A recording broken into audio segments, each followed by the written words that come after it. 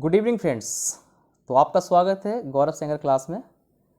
तो class start होने से पहले आपको सबसे पहला काम है कि आप इसको सब्सक्राइब करें और जो भी बेल आइकन को दबाएं और लाइक ज़रूर करें। तो आइए स्टार्ट करते हैं। तो पिछली क्लास में हमने क्या पढ़ा था? पुराण और उपनिषद, वेदांत, इनके बारे में थोड़ा सा हमने पढ़ा था, जिसमें पुराण की रचना की थी लोमर्स ऋषि और उग्रसर्वा ऋषियों ने, जिसमें प्राचीन राजवंशों की जानकारी मिलती थी। जैसे 3 प्रकार के पुराण थे, विष्णु पुराण और मत्स्य पुराण और वायु पुराण, जो मेन है। वैसे तो 18 पुराण हैं, पढ़ने के लिए काफ़ी हैं, पर जो मुख्य पुराण बताए गए हैं तो वो विष्णु पुराण है, जिसमें मौर्य वंश की, और मत्स्य पुराण में सातवाहन वंश की, जिसमें विष्णु भगवान के दशावतार की चर्चा थी। तीसरा है वायु पुराण, जिसमें गुप्त वंश के बारे में बताया गया था, और इसमें बताया था कि समुद्रगुप्त का घोड़ा 3 समुद्र का पानी पीता था। इसका मतलब ये है कि उसका साम्राज्य इतनी दूर तक फैला था कि भारत के इस तरफ अरब सागर, हिंद महासागर और बंगाल की खाड़ी, तीनों एरिया का पानी पीने का मतलब है। इतना बहुत बड़ा राज था इसका समुद्रगुप्त जी। अब इसके आगे बढ़ते हैं। वेदांत उपनिषद। उपनिषद का मतलब होता है गुरु के निकट बैठकर ज्ञान प्राप्त करना, इसे कहते हैं उपनिषद। गुरु के समीप बैठकर दार्शनिक ज्ञान प्राप्त करना, ना कि वेदों का ज्ञान करना, दार्शनिक ज्ञान करना, ठीक है। जिसमें मुंडकोपनिषद और बृहदनारायण और कठोपनिषद और जलोपनिषद, जिसमें मुंडकोपनिषद में बताया गया था, ये अर्थववेद से लिया गया था, जिसमें सत्यमेव जयते, और मुंडकोपनिषद में ही बताया गया था कि राजपूत भी पढ़ना चाहते थे, ब्राह्मणों के विरुद्ध थे। बृहदनारायण उपनिषद सबसे बड़ा और सबसे पुराना उपनिषद है। कठोपनिषद, जिसमें ओम की चर्चा, यम और नचिकेता की कहानी, जो क्लास 7 में है, यम और नचिकेता की कहानी, जिसमें गाय, बूढ़ी गाय को दे देते हैं। आलोपनिषद, जो सबसे नया है, जो अकबर के समय में रचित है, ठीक है। अब आगे बढ़ते हैं। स्मृति। स्मृति का मतलब होता है, जैसे कि आपने सुना होगा मनुस्मृति। मनुस्मृति पहली विधि संहिता है, पहली विधि संहिता। विधि संहिता का मतलब जिस प्रकार से भारत का संविधान है, उसी प्रकार से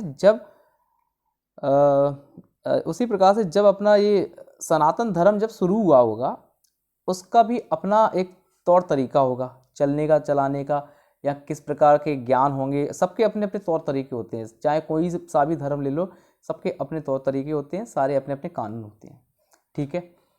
तो मनुस्मृति सबसे पुरानी, सबसे पहली विधि संहिता है, ठीक। जिसमें याज्ञवल्क्य जी ने बोला था, ये ऋषि हैं, बहुत बड़े ज्ञानी भी थे, इन्होंने बोला था जुआ खेलना गलत नहीं है, ठीक है। तो मनुस्मृति के बारे की आपने सुना होगा, सबसे ज़्यादा ये चर्चा में भी रहता है, क्योंकि इसी में मनु संहिता जो ऐसी है कि धर्म विशेष थोड़ा शूद्र के लिए बहुत ज़्यादा गलत है, औरतों के लिए बहुत गलत है। इसमें एक तो पुरुष प्रधान है और ऊपर से सवर्ण प्रधान है, तो है, लेकिन अब क्या कर सकते हैं। पहले जो समाज हुआ होगा उसको तो हम बदल नहीं सकते, लेकिन आज का युग जो है वो हम लोगों को बदलना चाहिए कि अब बहुत हो गया, सबको बराबर दृष्टि से देखना चाहिए। कोई छोटा नहीं होता, कोई बड़ा नहीं होता, सब बराबर के होते हैं। अगर ऊपर वाले ने जन्म दिया है तो वह इंसान का दिया है, तो वो सब बराबर है, छोटा बड़ा कुछ नहीं होता। आइए आगे बढ़ते हैं। मनुस्मृति में 8 प्रकार के विवाह की चर्चा है, 8 प्रकार के विवाह, जिसमें 8 प्रकार के विवाह में कौन कौन से विवाह होते हैं? ब्रह्म विवाह, देव विवाह, आर्य विवाह, प्रजापत्य विवाह, असुर, गंधर्व, राक्षस और पिशाच। ये 8 प्रकार के विवाहों की चर्चा है, जिसमें ब्रह्म विवाह को सबसे उत्तम माना गया है। और जो आजकल चल रहा है पिशाच विवाह, मतलब कोई कन्या अगर सो रही है, उसको बेहोशी हालत में उसको ले गए, उसके साथ गलत करना, ये विवाह पहले ऐसे भी होते थे कि ज़बरदस्ती उठा ले जाते थे राक्षस, तो इसको पिशाच विवाह कहते थे। राक्षस विवाह, गंधर्व विवाह को बोलते हैं प्रेम विवाह, जो 50% चल रहे हैं कि मतलब चलो प्रेम विवाह हो रहा है। और ब्रह्म विवाह में क्या होता है कि 2 पक्ष वर पक्ष और वधू पक्ष दोनों आपस के एक दूसरे के बारे में अच्छी तरह से जान लें, कुंडली मिलान कर लें, और बहुत सारी रीत रिवाज होती हैं, वो आप सब लोग जानते होंगे। आगे बढ़ते हैं। इसी में मनु संहिता में, मनुस्मृति में विवाह के 8 प्रकार बताने के साथ साथ इसमें जीवन के अलग अलग भाग में बांट दिया। जीवन के जब अलग अलग भाग में बांटा है तो उसमें 16 संस्कार के बारे में बताया गया है। तो 16 संस्कार के बारे में हम आपको बताते हैं अभी। तो दोस्तों, जो बता रहे थे कि सनातन धर्म में जो 16 संस्कार होते हैं, तो आप तो एक तो संस्कार बहुत भली बात ही जानते होंगे, जो जिसे कहते हैं अंतिम संस्कार। जब इंसान निबट जाता है उसको कहते हैं अंतिम संस्कार। तो आइए हम आपको बताते हैं एक एक करके सबके बारे में। तो सबसे पहला संस्कार है आपका गर्भाधान संस्कार। गर्भाधान संस्कार का मतलब होता है जब शिशु माँ के गर्भ में आता है उसको कहते हैं गर्भाधान संस्कार। दूसरा होता है पुंसवन संस्कार। पुंसवन का मतलब है जब तीसरा महीना लगता है उसे कहते हैं पुंसवन। सीमंतोन्नयन संस्कार का मतलब होता है कि चौथा, छठवां और आठवां महीना होता है, उसको कहते हैं सीमंतोन्नयन संस्कार। इस संस्कार में कहा जाता है कि बच्चे का मस्तिष्क या शिशु का मस्तिष्क विकासशील होता है। इसमें जो भी माँ अपने आचरण या आचार विचार जो भी होता है उसको वो समझने लगता है बालक। चौथा होता है जात कर्म संस्कार। जात कर्म संस्कार में क्या होता है, बच्चे का जन्म हो जाता है, इसको कहते हैं जात कर्म संस्कार। बच्चा जब तक पेट में होता है तब तक तो कोई उसकी जात नहीं होती। जब वो आ जाता है धरती पर, जीवन उसका स्टार्ट हो जाता है, तब उसका जात कर्म संस्कार होता है कि वो किस जात में आया है। नामकरण संस्कार 11वें दिन, जन्म के 11वें दिन बच्चे का नामकरण संस्कार होता है। निष्क्रमण संस्कार में क्या होता है, जब नामकरण हो जाता है तब जानकारी तो नहीं, लेकिन हाँ एक बात कह सकते हैं, जब बच्चे को पहली बार घर से बाहर निकाला जाता है इसको कहते हैं निष्क्रमण संस्कार।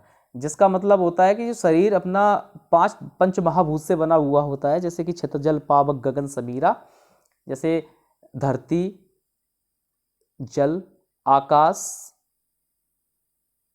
वायु और अग्नि, 5 चीज़ों से बना है। जैसे बोलते ना, इसको ऐसे याद है, छित, जल, पावक, गगन, समीरा। तो 5 पंच महाभूतों से बना हुआ शरीर है। तो इसलिए हम पंच महाभूतों से अपने पुत्र या पुत्री के लिए आशीर्वाद मांगने जाते हैं कि हाँ हमारे पुत्र या पुत्री को आशीर्वाद दीजिए। अब आगे बढ़ते हैं। अन्नप्राशन संस्कार।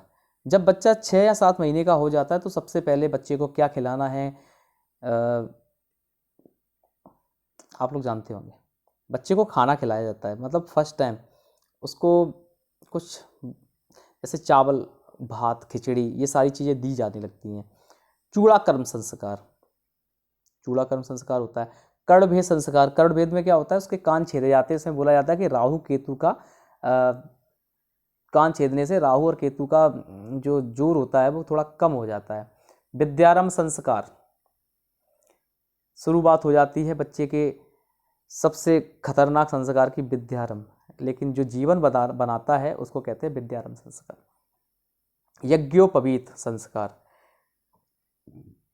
यज्ञोपवीत का मतलब होता है जब बच्चे का उपनयन संस्कार भी इसे बोलते हैं।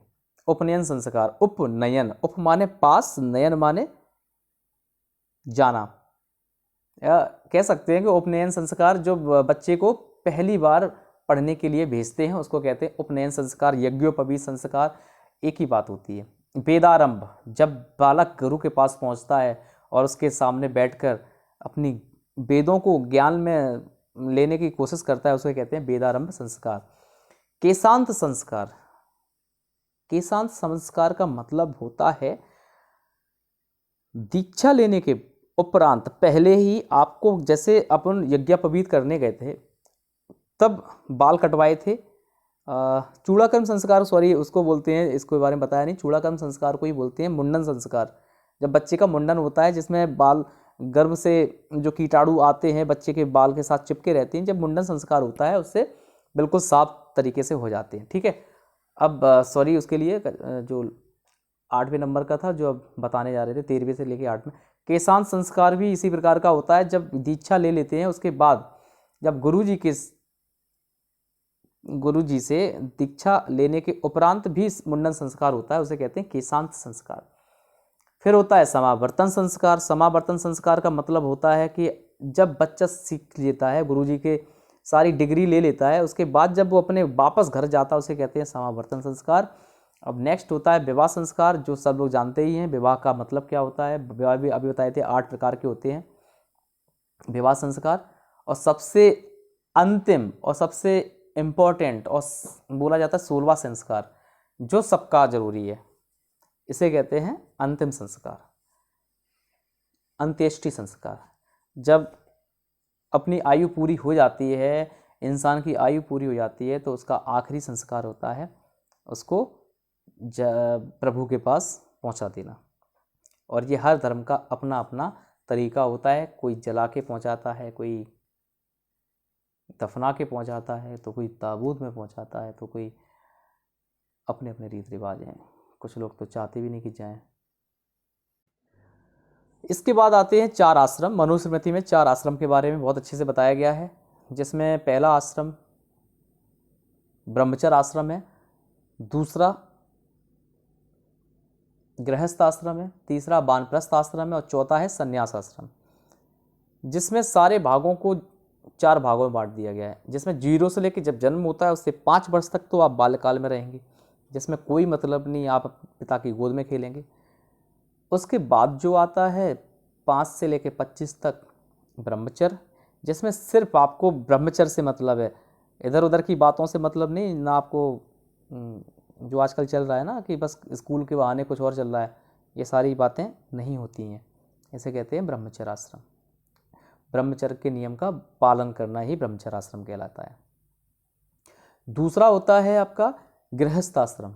गृहस्थ आश्रम का जब आपकी शादी हो जाएगी तब आपको 50 साल तक, 25 से लेके 50 साल तक आपको अपने परिवार को चलाना है, बच्चों को, परिवार को, पत्नी को, कि आपको ये सब चीज़ें करनी पड़ेंगी। और उसके बाद आता है आपका वानप्रस्थ आश्रम। 50 साल के बाद 75 साल, 50 से 75 साल के बीच में अब जो गृहस्थ जीवन जीने वाला इंसान अब वो जाएगा ऋषि मुनियों के पास, उनसे तौर तरीके सीखेगा कि कैसे क्या करना होता है। सारी बातें सीखने के बाद फिर वो अपने घर पे आता है। ये 25 साल तक लगभग चलता रहेगा। और फिर आखिरी के 75 से लेके 100 वर्ष तक, तब इंसान की लाइफ बहुत ज़्यादा हुआ करती थी, इसलिए ये सब चलता रहता था। अब तो 50-60 में पता नहीं कब कोरोना आ जाए और बस निपट जाए। पहले तो लोग चलते थे लंबा। अब जैसे पहले कुछ सालों पहले प्लेग से लोग मर जाते थे, घर में चूहे होते थे, लोग मर गए लोग, तो अब अपन कहते हैं ये मर गए, प्लेग से ही खत्म हो गए। मलेरिया से मर जाते थे, लोग कहते थे मलेरिया से मर गए। चेचक ऐसी भयानक फैली थी कि मतलब हर घर में एक लाश बिछी होती थी। ये मातम परमानेंट रहा था, मतलब कम से कम महीनों तक चलता था ये। तो जाने कितने लाख लोग ऐसे चेचक की बीमारी से मारे गए थे, चिकन पॉक्स जिसे बोलते हैं, छोटी माता भी बोलते हैं, बड़ी माता भी बोलते हैं। आज हम लोग के पास इनकी सारी चीज़ों की वैक्सीन है, तो हम लोग कहते हैं बताओ इतनी छोटी सी बीमारी से मर गए। अब आने वाले भविष्य में और 50 या 60 या 70 साल बाद वो ये कहेंगे कि बताओ कोरोना से मर गए, क्योंकि हम लोग हैबिचुअल हो जाते हैं। कोई भी बीमारी आती है तो उसके साथ रह रह के सीख जाते हैं, ठीक है। तो 75 से 100 वर्ष की आयु के बीच में आदमी या इंसान सन्यासी जीवन जीता था। वो अपने परिवार को त्याग कर सन्यास का जीवन चलाता था, जो समाज के लिए बहुत अच्छा हिस्सा था। ये हमारे हिसाब से बहुत सही था कि 4 आश्रम में जो समय बटा था तो सब कुछ सही था। अब सब कुछ चल रहा है जी, प्रेत पिशाच भूत जितने विवाह हो रहे हैं इसी चक्कर सारी चीज़ खराब हो रही हैं, नियम कानून सब खत्म हो चुकी हैं। 8 विवाह हो गए, 4 आश्रम हो गए, जीवन को अलग अलग भागों में बांटा हुआ 16 संस्कार हो गए। हाँ, पहले इसमें बताया क्या, पुरुष की आयु 25 वर्ष और लड़की की आयु 12 साल। पुरुष की आयु 25 और लड़की की आयु 12 साल, ये सब हुआ करती थी।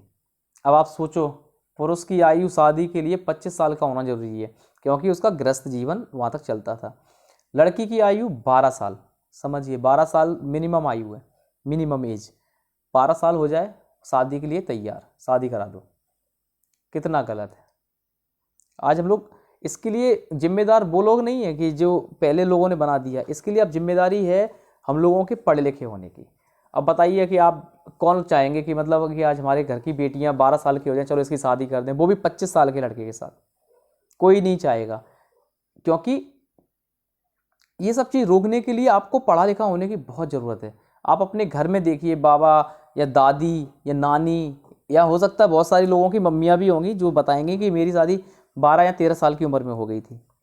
ये सब होता था। आप इसको बदल नहीं सकते, क्योंकि एक बात बताई गई है कि साइड में लिखा भी है इंपॉर्टेंट, लॉजिक चलता है साइंस, मतलब साइंस लॉजिक से चलता है आपकी, और धर्म चलता है आस्था से। आप इसको बदल नहीं सकते, बिना बदलने की कोई कोशिश कर सकता है, अगर करता है तो उसका सामना भयानक तरीके से उसका सामना होता है फिर। इसलिए इन चीज़ों को अपने हाल पे छोड़ दो, साइंस लॉजिक के हिसाब से छोड़ दो। और आप सोचें कि लॉजिक लगाएंगे धर्म में, तो धर्म में लॉजिक नहीं लगता भाई साहब, और आस्था साइंस में नहीं चलती। ये दोनों एक दूसरे के विपरीतार्थक हैं। इन दोनों को अपने अपने टाइम पे रहने दीजिए, बस सब ठीक हो जाएगा। अब आगे बढ़ते हैं। इसमें ये भी बताया गया था कि 3 प्रकार के ऋण बताए गए हैं।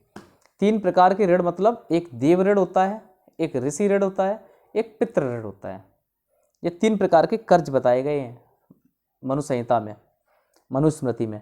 तो 3 प्रकार के ऋण में जो देव ऋण होता है, ये देव ऋण कैसे चुकाया जा सकता है? आप देव ऋण उतारने के लिए पूजा पाठ कर सकते हैं, अनुष्ठान कर सकते हैं, यज्ञ कर सकते हैं, हवन कर सकते हैं, मंत्रों जाप करवा सकते हैं, सारी चीज़ें हो सकती हैं। तो ये देव ऋण आपका उतर सकता है। मैं कह सकता हूँ कि हाँ, मैंने देव ऋण अपना उतरवा लिया, लेकिन ज़्यादा नहीं, थोड़ा थोड़ा करके। मैं ज़्यादा पूजा पाठ नहीं करता, पर करता हूँ उतनी थोड़ी बहुत। ऋषि ऋण, ऋषि ऋण का मतलब है आप ऋषि का ऋण तब उतार सकते हैं जो आपको ऋषि मुनियों ने ज्ञान दिया है, उस ज्ञान को आप किसी और पे ट्रांसफ़र कर दें तो आपका ऋण उतर जाएगा। तो शायद मैं इसको पूरा कर चुका हूँ, मेरा ऋण शांत हो चुका है। अब आता है पितृ ऋण। पितृ ऋण कैसे उतरेगा? पिता बनने के बाद आप पिता बन जाइए, पितृ ऋण उतर जाएगा। तो ये शायद ना उतरे, या उतरना नहीं चाहते, इसके लिए हमें अपनी लाइफ बर्बाद करनी पड़ेगी। सो ये तो नामुमकिन है। हो भी सकता है, कुछ भी नहीं कह सकते। पर इसमें एक बात बहुत अच्छी कही गई कि मातृ ऋण नहीं चुकाया जा सकता। माँ का एक ऐसा ऋण है जो कभी नहीं चुकाया जा सकता। माता का मतलब ये नहीं कि वो सिर्फ जन्म देती है, माता का मतलब है कि वो निस्वार्थ भाव से आपको देती है। इसीलिए धरती को धरती माता बोला जाता है, क्योंकि वो आपसे कुछ लेती नहीं है, फिर भी आपको वो देती है, इसलिए धरती को धरती माँ बोला जाता है। ठीक है दोस्तों, अब स्मृति या संहिता के बारे में इतना ही काफ़ी है। अब आगे बढ़ते हैं महाकाव्य के बारे में। महाकाव्य 2 प्रकार के हैं, एपिक बोलते हैं इंग्लिश में। महाकाव्य 2 ही लिखे गए हैं। बड़े साहित्य को महाकाव्य कहा जाता है। बड़े साहित्य का मतलब एक रामायण है और एक है महाभारत। तो रामायण महाकाव्य में आज के समय 24,000 श्लोक हैं, पर वाल्मीकि जी के द्वारा रचित है। जब ये बनाई गई थी तब इसमें 12,000 श्लोक थे, आज इसमें 24,000, जस्ट डबल कर दी गई है। क्योंकि समय आता गया, ज्ञानी आते गए, उन्होंने अपने हिसाब से और पुट किया, मतलब जो कुछ भी उन्हें समझ में आया कि इसकी आगे कहानी क्या होना चाहिए। जो वाल्मीकि जी ने बनाई वो तो ठीक है, सटीक है, पर जिसके बाद जैसे लोग आते गए, जोड़ते गए, इससे कुछ ठीक नहीं लग रहा। और इसमें 7 कांड हैं: बाल कांड, अयोध्या कांड, अरण्य कांड, सुंदर कांड, किष्किंधा कांड, सुंदर कांड और लंका कांड और फिर उत्तर कांड। ये 7 कांड हैं इसमें। और इसमें भगवान मर्यादा पुरुषोत्तम श्री राम की कहानी है, पूरे जीवन चरित्र की कहानी है, मर्यादा पुरुषोत्तम श्री राम के बारे में सारी जानकारी है। और दूसरा महाकाव्य है, सबसे बड़ा महाकाव्य, जिसको कहते हैं महाभारत। बहुत बड़ा महाकाव्य है। महाकाव्य के रचयिता हैं वेदव्यास। वेदव्यास महाभारत के रचयिता हैं और वाल्मीकि रामायण के रचयिता हैं। इसमें 18 पर्व हैं। सबसे बड़ा पर्व है भीष्म पर्व, सबसे महत्वपूर्ण। बताया जाता है कि यही भागवत गीता का ज्ञान दिया गया था। श्री कृष्ण ने अर्जुन को ज्ञान दिया था।